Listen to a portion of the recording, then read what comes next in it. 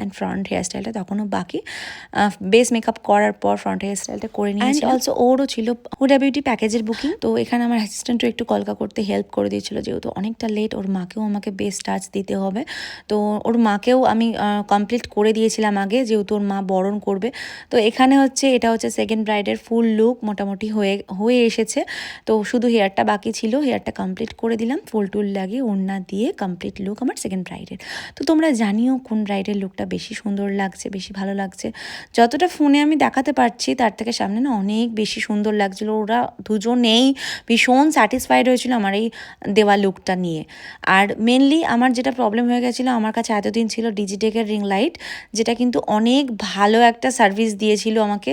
আর ring লাইটে যে মেকআপটা আমি করি সেটা প্রপার বোঝা যায়, কিন্তু এখন যে আমি রিং লাইটটা হঠাৎ করে কিনে ইউজ করছি, সেটা একটা ছিল চায়না প্রোডাক্ট। সেটাতে একদমই খুব একটা ভালো আলো ছিল না, খুব একটা ভালো লাইট